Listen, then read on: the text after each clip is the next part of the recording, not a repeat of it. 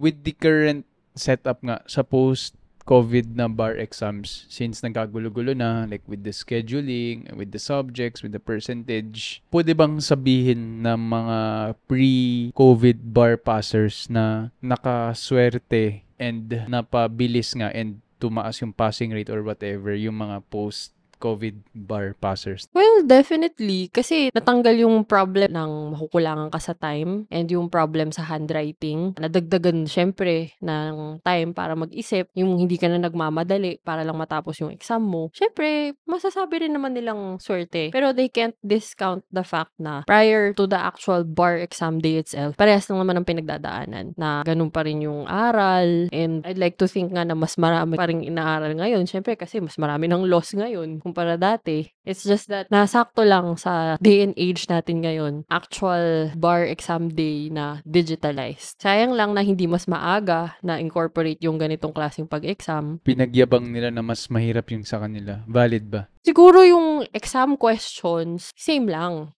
Pero valid na, ako gets ko talaga na mas mahirap yung magsusulat ka pa, tapos mababawasan yung oras mo sa pag-isip, tapos kailangan ayusin mo pa yung handwriting mo. Tapos minsan nakakangalay din talaga ng kamay yung pagtuloy-tuloy ka lang magsulat, lalo na pag ang haba-haba ng exam questions. Totoo bang tinaasan nila yung passing rate para mas maraming pumasa? May ganung rumor nga daw, since marami kaming batches na nag-exam, tinaasan daw nila para since kulang daw yung lawyers. Pero I wouldn't say naman na dinalian yung exam.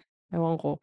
Pag ano naman, kasi pag lawyer ka, tas nakita mo yung bar exam question, syempre para sa'yo, madali na kasi nagpa-practice ka na. Tapos, wala ka naman dun sa actual bar exam setting na ikaw yung nag-e-exam eh. Syempre, casual lang yung pag-isip mo na sagot. So, mas madali talaga syempre yung pag tinignan mo yung bar exam. Pero kung ikaw yung nandun, mahirap din talaga kahit sino naman yan. 'Di ba sa time nyo, nagkagulo-gulo yung percentage, same percentage pero yung number of questions, nag-iba na. Oo, sa'min nag-start parang dati kasi yung tax, afternoon or morning subject, yung typical 20 question, 15 question exam. Sa amin, since nga ginawang 2 days lang yung bar exam, yung tax and one other subject, I forgot which subject, parang in-incorporate na lang siya to a bigger subject. So, naging parang, I think, 3 questions lang yung tax, ganun. Umonti nga lang talaga siya.